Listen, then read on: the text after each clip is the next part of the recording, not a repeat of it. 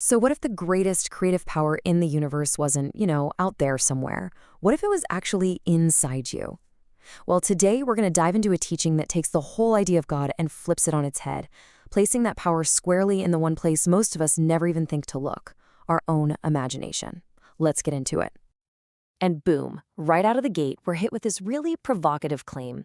Look, the source material isn't just saying that God is like our imagination or that our imagination is some kind of gift from God. Nope, the argument is way more radical. It's saying that our imagination is God. Seriously. And that one idea, it's the key to everything else we're about to unpack. Okay, so to really wrap our heads around this new idea, we've got to first tackle the old one.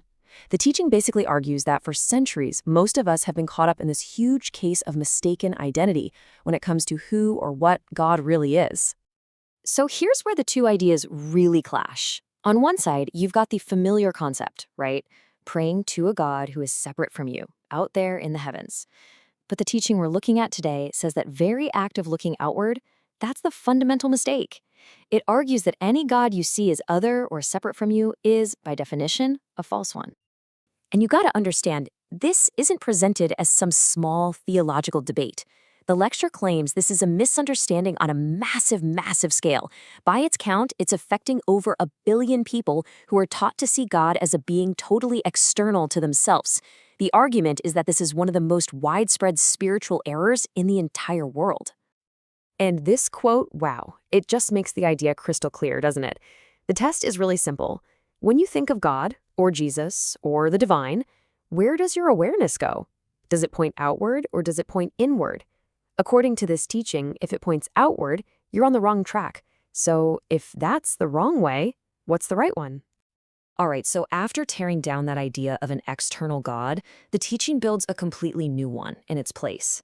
It's about locating divinity not in the heavens, but right in the center of human consciousness itself. And here it is, the big redefinition. God is your own wonderful human imagination. It's the very center of who you are, that constant, quiet awareness of I am, that's always there behind all of your thoughts and feelings. And this isn't supposed to be a metaphor. It's meant as a literal, absolute truth. Now, this is a subtle point, but it's absolutely crucial. The source points out that even saying God is within you can be a little misleading, because it still kind of suggests two separate things. There's you, and then there's God inside you. The argument is much more total than that. It claims there's no separation at all. Your awareness, your fundamental sense of I am, is God, period. Okay, so let's just follow this idea for a second and see where it leads. If your imagination is God and God is the creator of everything, well, then it has to follow that your imagination is the power that's creating your reality. So how on earth does that actually work? The lecture poses this really simple but powerful question. Just think about it for a second.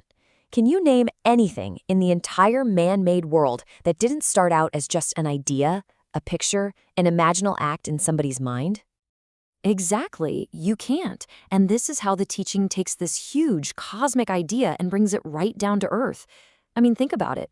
The clothes you have on right now, the chair you might be sitting in, the device you're watching this on, every single one of those things started as just an image, a thought that someone held in their mind long before it ever became a physical thing in the world.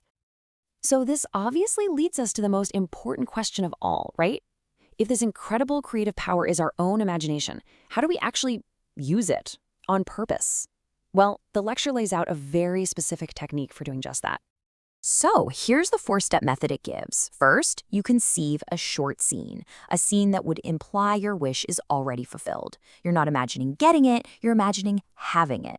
Second, you feel it. You loop that little scene over and over until it feels completely real, emotionally. Third, you push that feeling to a climax, a point of sort of psychic release. And finally, and this might be the hardest part, you release it. You just let it go and forget it, trusting that the creative act is done. And that climax, it's described in really specific terms. It's called a psychic explosion. It's this feeling of inner movement, a sense that something has literally gone out of you. The lecture actually compares it to the feeling when Jesus was in the crowd and said, "I perceive virtue has gone out of me." It's that kind of moment. But here's the thing. This isn't just some mechanical process. It's all powered by belief. The source is very clear about this. This isn't just a mind trick, it's an act of faith. Faith that Jesus Christ isn't some historical figure from 2,000 years ago, but is the living power of your own imagination. That core belief is what gives the whole technique its creative fire. So, you might be sitting there thinking, okay, this is a lot. This is pretty radical. How is anyone supposed to just accept this? Well, the lecture's answer is simple. You're not supposed to. You're supposed to test it for yourself. But this personal testing comes with a few rules of the road. First, the source stresses that you have to use this power lovingly, always within the framework of the golden rule. Don't imagine for someone else what you wouldn't want for yourself. And second, it really emphasizes surrender. You do the imaginal act, you create the feeling, but you don't try to force the how or the when. You just let it happen. And this is really the final call to action, and it's taken straight from Scripture.